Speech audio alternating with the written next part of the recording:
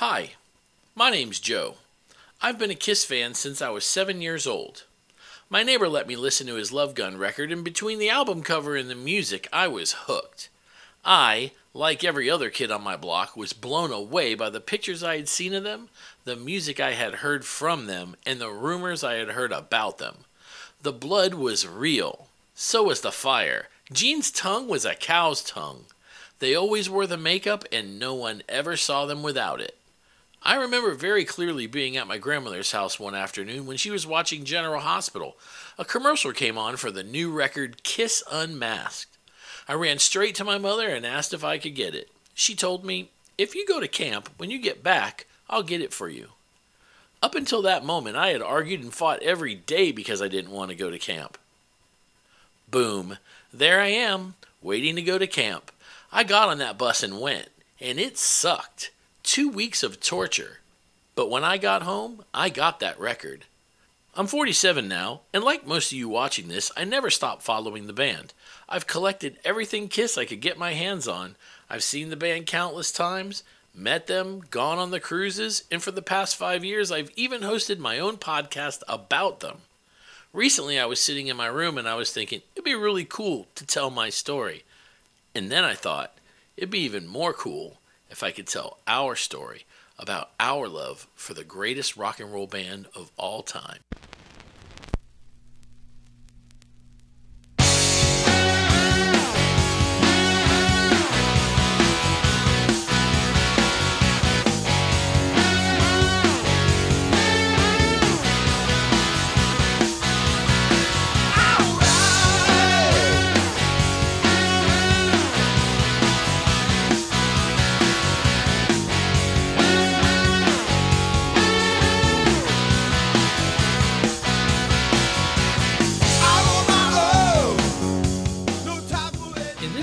We're hanging out with Julie and Eric. We met Eric about a year ago on KISS Cruise 8, and Julie we actually met the day before we filmed this. Julie and Eric have some really cool stories. Julie even has cool pictures that she drew when she was a kid, and we're going to show them to you in this episode. So check it out. Julie Ullman.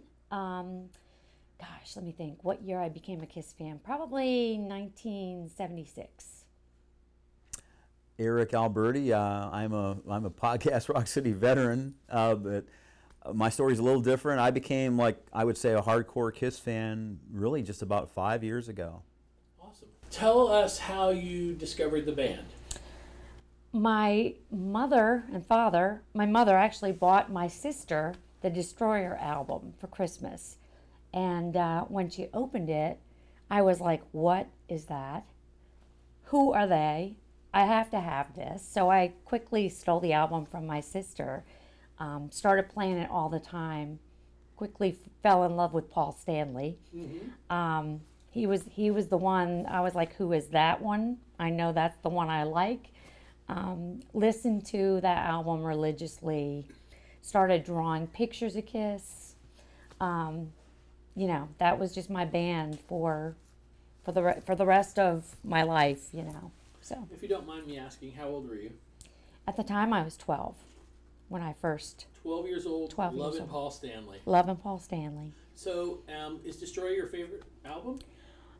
Of course. Yeah, I would say probably. Yeah. That was the one that, originally introduced me to KISS, so it's always been one of my favorites. Paul Stanley's still absolutely your favorite.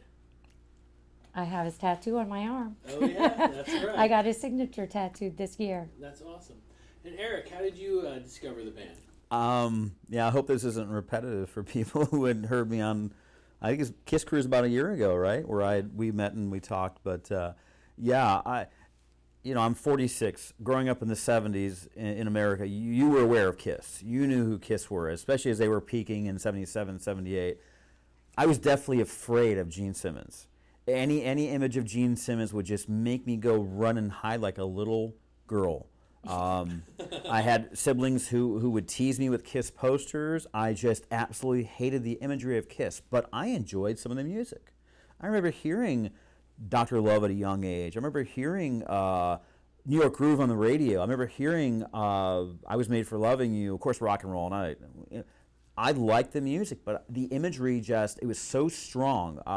My mother made me watch Phantom of the Park when it came on TV Halloween night in '78 to try to make me face my fears, and I think I cried for most of the night and kind of like watch the movie in between fingers, and I'd see Gene particularly, and I'd close my fingers. I was such a little wussy about Kiss for a long time, and I know that Craig Smith, who does Pods and Sods, has that same feeling about, especially the Alive 2 image of Gene. It looks like he literally ate somebody alive. Just that bloody image. Oh, yeah. So that was my early exposure to Kiss, and who would have thought, 40 years later, I'd be where I'm at today. Yeah. So I don't know if you know this, but in that picture, he'd actually just bit the head off of a puppy. It sure looks like he did. No, I'm kidding. Oh my, yeah, just that image to me, it's still even today. I mean, clearly I know I had Gene right on my vault. You know the blood wasn't real, right, Eric? Because I've shared with Gene how I was pretty afraid of him as a little boy. But even today, that is a scary image if you really focus on it. It really kind of still is, even today. And it doesn't scare me too much. So when I first met you, Eric, your favorite song was Mr. Speed. It's Got to Choose. It's Got to Choose? It's always, now, yeah. When you met Paul Stanley to get your guitar signed, what did you have him sign it? Oh, what did I have him sign on my guitar? Mm-hmm. We had a great conversation about aging. Paul and I did. Really? Yeah, awesome. we did, because I've lost a lot of weight in the last few years, and I'm pretty serious about eating well and being in the gym and all that good stuff. And so Paul and I had a great conversation about getting old, and he really related to that. We had a great meeting with Paul. It was my first time meeting him, and it was so awesome. That's cool. But yeah, I had him write. They write down exactly what you want them to write. It's all pretty scripted, and that's cool. I get it. But I had him write, Eric, keep kicking age in the ass every day and let the music keep you young. And Paul was great. He's like, I get it. I'm going down swinging. That's awesome. Paul was wonderful with that. Do you remember the first time you saw them in concert? Yeah, I think it was back in, God, what was the year that I told you I saw them in Orlando? We were thinking it was probably 90. It was Crazy Nights of Revenge. So 87. Maybe not Hot in the Shade. Hot in the Shade. I think Hot it was in the Shade. Shade. It was Hot in the Shade. Probably Hot in the Shade. Okay, so, I just remember it was in 89. Orlando, Florida. No makeup. No makeup. Paul had on these sparkly rhinestone high top Converse, and I was like, "Oh my God!" He was in his like true form of just dancing his butt off. So it was awesome. I mean, I left that show and I was like, I floated home. Sure. Now She loves some Paul. Oh, I get it. Me too. Don't all Why women. not? He's amazing. I love Paul.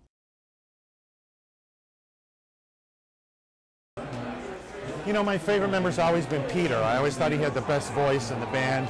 Really interesting character. But you gotta love all the guys. Well, the first time I saw him, he scared the bejesus out of me. It was Gene Simmons, and he still is to this day. My favorite. Ace Frehley, easily my favorite Kiss member of all time.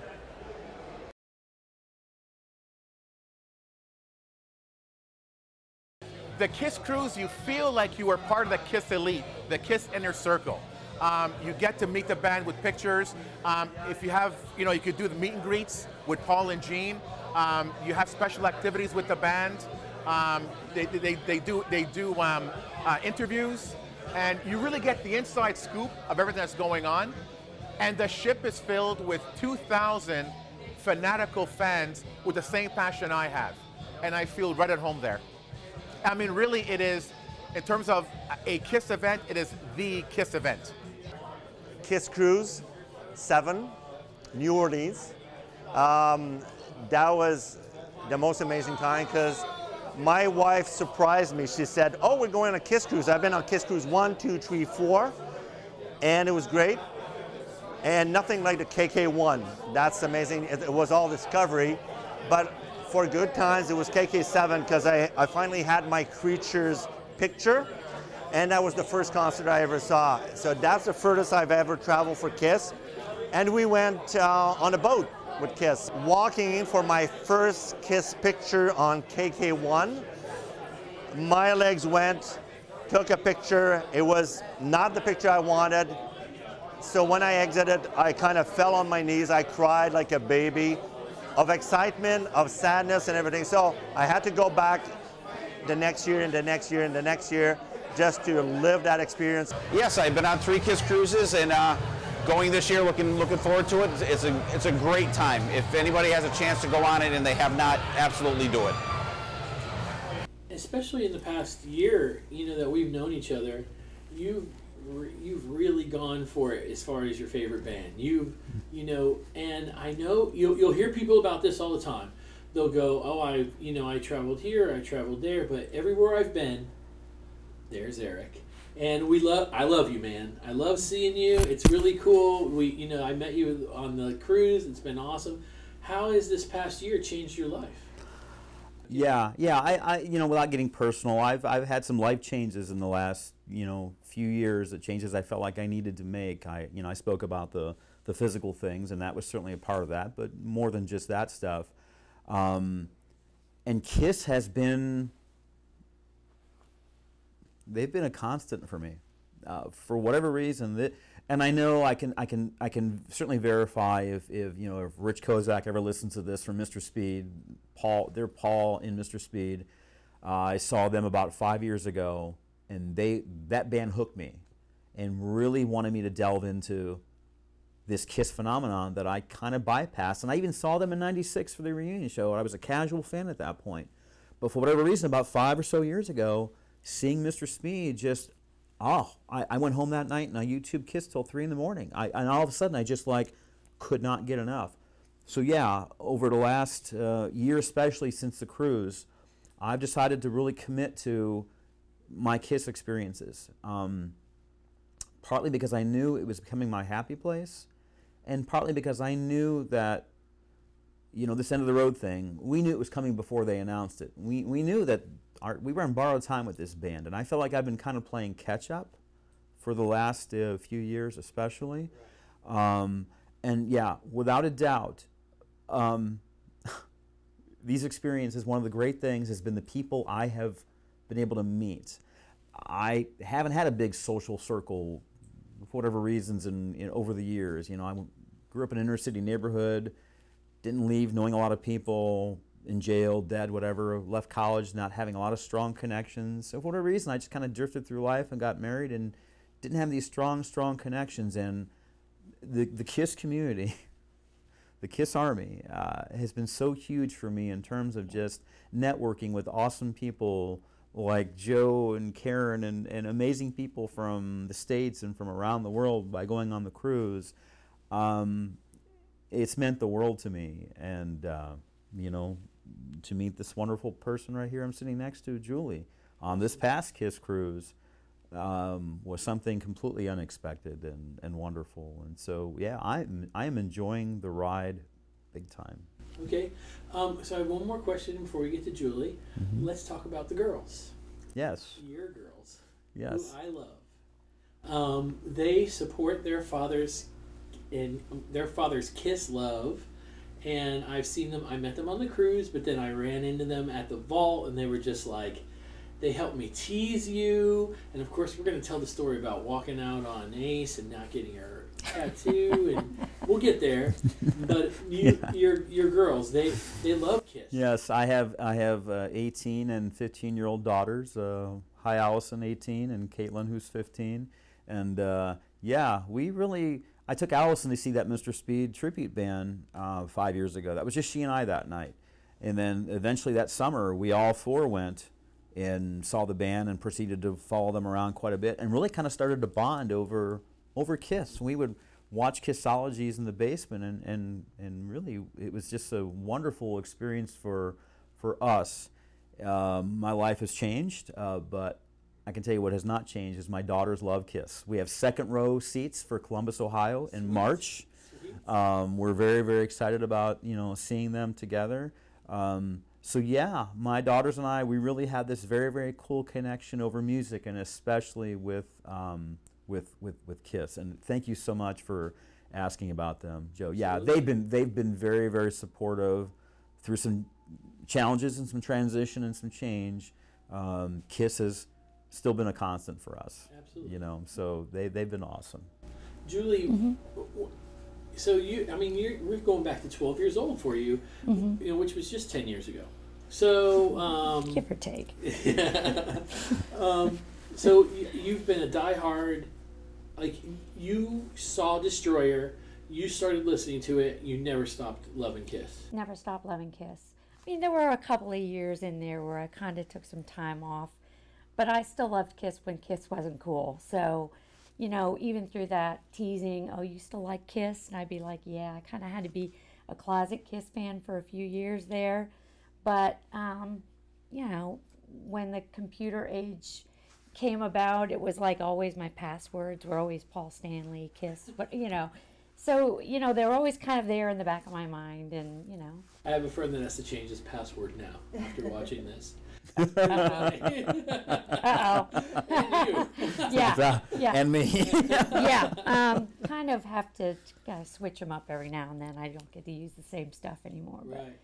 But yeah, I've been a fan all along, and, you know, just always kind of enjoyed, like, you know, listening to the music and following them. And, you know, I used to buy the magazines, and I was in the KISS Army. I have my original KISS Army paperwork from when, I mean, it's 40 years old, I think, you know. That's awesome. That's back when you got like a folder in the mail with, you know, a decal, an iron-on decal in it, and that's terrific. Still have that stuff.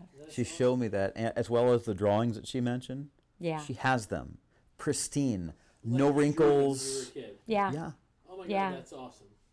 Magazines with posters in them still, and yeah. That's awesome.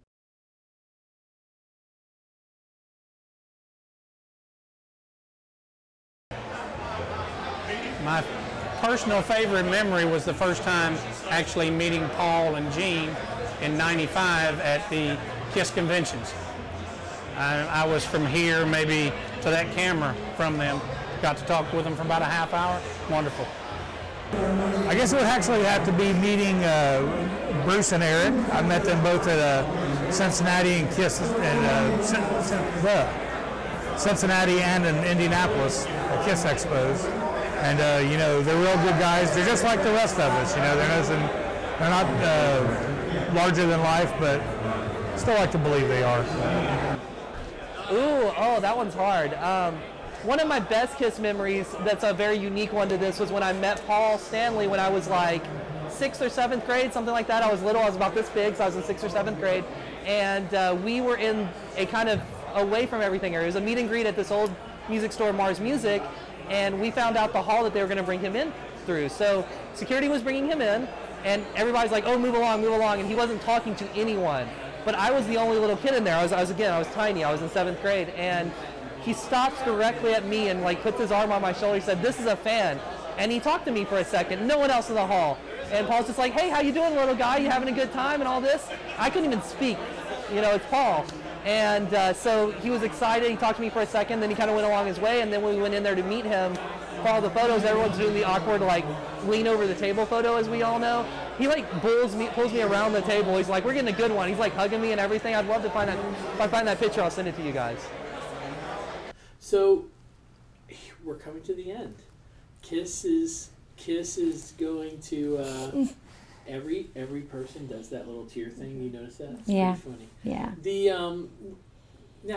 okay. So the reason why I'm asking this question is because everybody seems to have a different opinion of what end of the road means. So tell us yours. Do you think that KISS is going to just completely stop, or do you think Paul is, or do you think they're going to do an acoustic show here and there, like at Vegas, or just touring, or is KISS just done? In your opinion, what?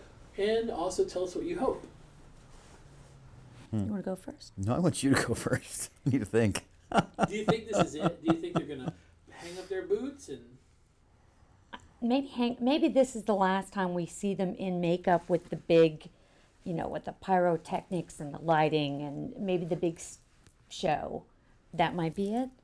I'm hoping that they keep doing the cruises, even after the end of the road tour. I'm hoping that maybe they go out and do some smaller venues. I'm hoping that they don't hang it up, because I see that they're involved in so many other things, and maybe they're getting a little bit old for the full makeup tour thing. But I'm hoping to still kind of hear from them now and then. If all of a sudden you found that there was an American Kiss, like an Australian Pink Floyd, Yeah. so American Kiss, Yeah. and they were sponsored by the band and supported by the band, would you go see something like that?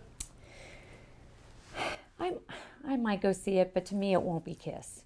To me it won't be, if none of the original guys are in the band, it'll be a tribute band. It'll be a Kiss tribute band to me. Well, let's say that's what it was supposed to be. And maybe I would go see them A if Kiss-sponsored tribute band. And that may, that might be fun to go see them. Why not? Why not? Okay. What would you pay for that? I was just thinking about that. Would you pay $50 to see a Kiss-sponsored tribute band with the Kiss Alive stage or Alive 2 stage? Yes, I would, probably. Yes, I would. Okay. Yeah. Well, I bought front row tickets for Hershey, so yeah. $50. Why not? Why not spend 50? Sure. Yeah. Eric? Well, yeah, I agree with Julie's sentiment that I think we're no longer gonna see these four guys breaking out the platform boats, the pyro, the big production. Yeah, those days are going to be done. So I've got tickets now for 8 shows. 8 shows. Wow. That's awesome.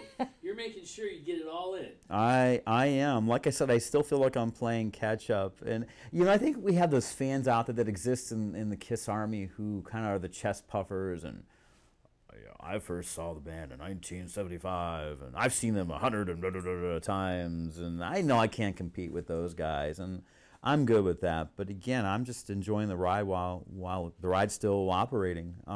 Absolutely. Yeah, but I do think that'll be the end of that. The cool thing is Paul is really enjoying, I think, his life outside of KISS. How much more he'll still do with like Soul Station, I don't know, but I think we might still see Paul, continue to work with his art and make his appearances. And Gene's always active doing something. Would it be cool to see like them get together for an occasional acoustic show somewhere at some casino or something? Or maybe you might see that, but I think those will be few and far between. I think in some respects, I think Paul and Gene they're ready for a different phase. They're done. I really do. I think it's probably been overdue in some respects, but we're glad that they've continued to forge ahead, because my daughters wouldn't have seen them if it hadn't been for Eric and Tommy helping continue to keep this band going. Yeah. You guys wouldn't have met. We wouldn't have met. There would be no I'm going to KISS take my Cruise son to 8. his first KISS cruise, or to his first KISS show this year. How old's your son? He's 18. 18. Wow, that's awesome. Yeah. So, last question. Let's say somebody's watching this, they stumbled across it, and they've never been a big KISS fan. What would you say to tell them that they need to go and see this final tour? You're never going to see a show like it ever again. You'll never see a show on a stage as awesome as KISS. They're the original 3-ring circus. I don't know, the original showman. You'll never see a stage show like that ever again. Yeah, what I think is so sad is that, I know that there have been artists who have kind of emulated KISS in terms of some pyro and big stage shows, but imitation is the sincerest form of flattery. I believe that wholeheartedly, but you're only ever going to have one KISS. Yep, there's only one real KISS. You're never going to have someone come around that's going to be embraced the way KISS was and feel the need to be as bombastic and in your face and make you leave a show not forgetting what you heard and what you saw over that hour and a half, 2 hours. No one's ever going to do that again, ever. And for anybody who's never had a chance to see that, I'm so glad that we were able to get a couple, it's going to be down in New Orleans, we're not sitting together. I already got tickets with some buddies, but we were able to score a ticket for her and her son, a nice seat right near Gene's side of the stage. Right.